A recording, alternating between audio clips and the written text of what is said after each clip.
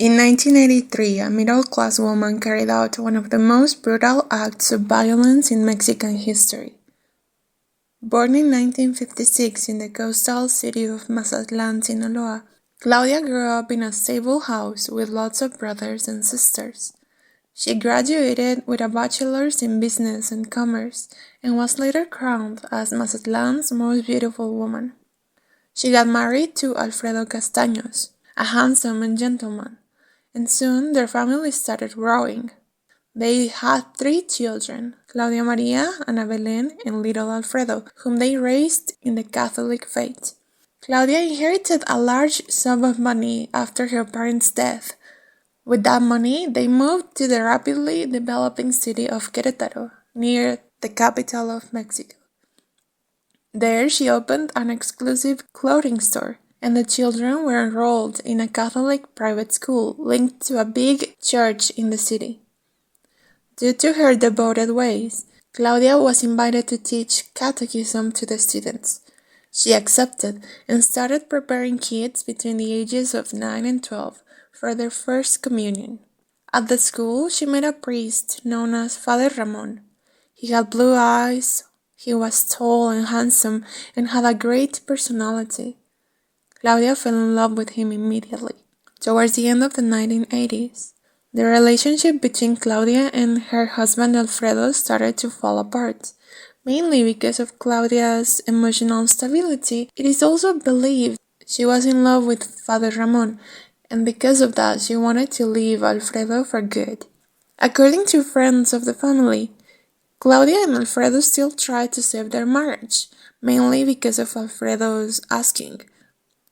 They went to counseling sessions with a well-known doctor called Jaime Flores, who many years later commented to a Discovery Channel documentary that the differences between Claudia and Alfredo were unsolvable, so he recommended them to get a divorce.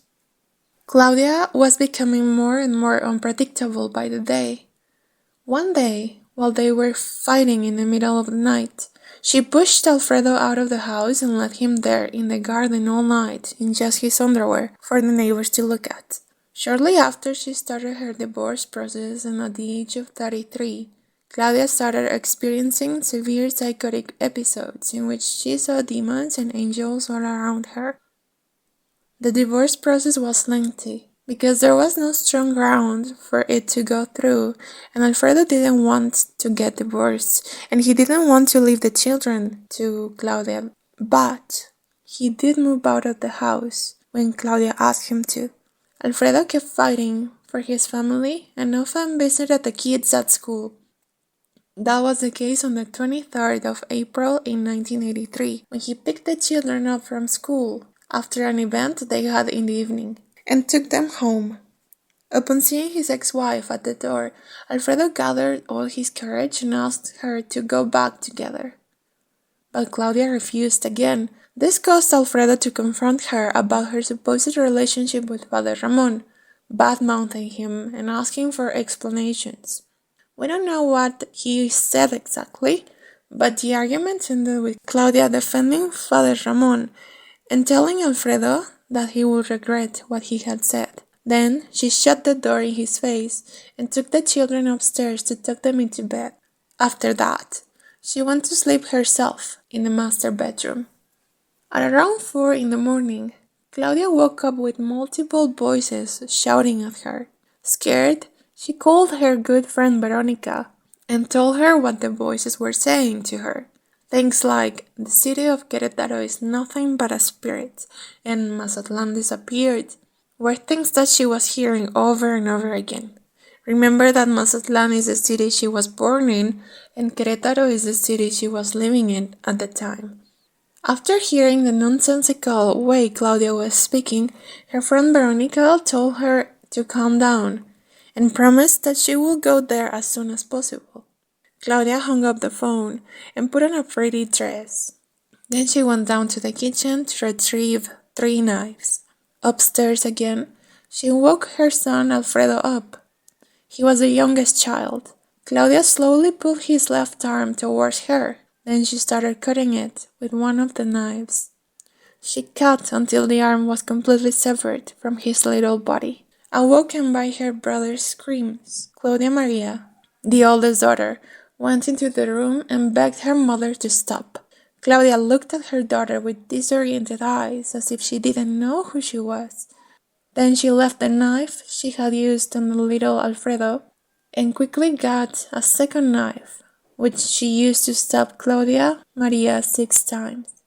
Even though she was bleeding profusely, Claudia Maria had the strength to get out of the room while screaming and begging her mother to stop, which woke the neighbors up. By this point, Ana Belén, the middle child, was also awake and crying. Claudia stabbed her directly in the heart with the third knife. Then she ran downstairs to find Claudia Maria laying on the dining room in a pool of her own blood. She had fainted on her way to the door. Claudia stabbed her one last time and dragged her upstairs to the master bedroom. There she took her into bed and then laid her head next to her thigh and went to sleep. Claudia Maria was 11 years old. Ana Belén was 9 and Alfredo was 6. They were killed in a way that left their house looking like a staged crime scene from a horror movie. According to Veronica, Claudia's friend, she got to the house at around 8 in the morning and no one answered the door, so she entered. Once she got in, she started thinking the worst. There were bloody handprints on the wall of the stairs. There was a pool of blood in the dining room and another in the living room. And there was a trail of blood that seemed to be all over the house. She followed it upstairs and found the body of little Alfredo laying in his room. That's when she got out and quickly called the police. This is one thing I don't understand well. If the neighbors heard all the screaming at 4 a.m., why didn't they call the police? According to them, the night before, when Alfredo and Claudia were fighting at the house, their discussion was very heated. They were screaming and bad-mouthing each other, but they didn't interfere. Maybe they were so used to the screams and the fighting that they didn't call the police or they didn't want to interrupt. But I want to imagine that the screams little Claudia Maria let out while her mother was killing her were different from the screams of a couple that is fighting.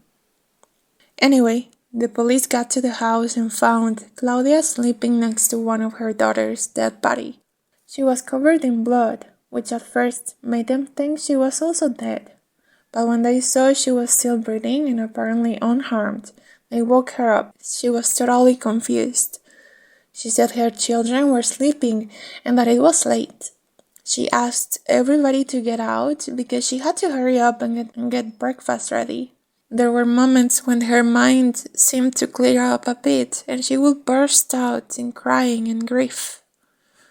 Then she would go back to her hurried state, saying the kids were at school and she had to pick them up. After finally confessing to the murders days later, Claudia accused Father Ramon of messing with her mind. She said he made her get a divorce and also ordered her to get rid of the children. Claudia's clinical studies showed that she had epilepsy in the temporal lobe of her brain, as well as paranoia and symptoms of schizophrenia. She was kept in a prison in Querétaro for 2 years, until the courts decided she was insane. That's when she was transferred to the psychiatric area of a prison in Mexico City, close to the lake of Xochimilco, where she stayed for 28 more years. While she was there, family members accused the prison of keeping their psychiatric inmates in terrible conditions, saying that every time they visited the place looked abandoned. Whenever people asked her what had happened to her children, Claudia would tell them that they were at school. It seemed like in her mind she was stuck in the past and didn't want to confront what she had done. Rumors about her release surfaced many times, causing fear and anger amongst people of Querétaro. Some even said that Claudia was living again in the house. It was her property after all. And everyone knew that whenever she got released, she could go back to the property if she wanted. It was until 2019 that the rumors became reality, when she was released after she completed her 30-year sentence. She was released under several conditions, though.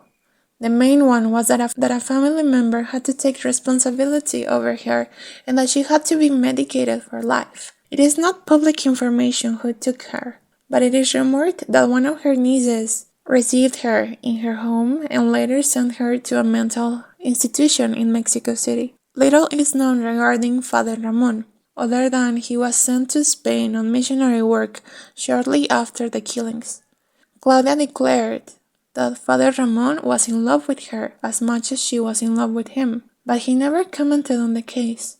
It is unknown if police ever took him as a suspect, although there were many rumors that confirmed their relationship went to a point where even the head priest of the church and the principal of the school knew of this relationship and directly asked Father Ramon to end it. Father Ramon did, not only because of what the principal had said, but also because he was ashamed of the sin he had committed against his devotion. It is said that this was the moment when Claudia started hearing voices. She would follow Father Ramon everywhere she could, telling him that there were angels telling her that they should be together forever, that their love was not a sin. Father Ramon rejected her once again, but it didn't seem to stop Claudia from pursuing him. It got to the point where she was at school all day, and she started telling Father Ramon that her children were demons, that was the reason she couldn't be together with him. Once news of the divorce got out, one of the teachers at the school called Alfredo, Claudia's husband, and told him to fight for the kids, because their mother was too enthralled with Father Ramon to care for them. The murder occurred in Hacienda de Virgil 408, close to downtown Querétaro, and since that day in 1989, it has become a focal point of the city's haunted history. Police have enclosed with barbed wire the property because people will enter at night and perform satanic rituals, leaving behind dead animals and other things. Neighbors report hearing the screams of a girl at night sometimes. As I said before, the property is still owned by Claudia Mijangos. Rumors have it that she or someone in her family have tried to sell the house, but no one wants to buy it. One thing I should clarify is that it is not known if she did use one knife per child. Some sources, some news outlets say that she used one per child, and others say that she only used once.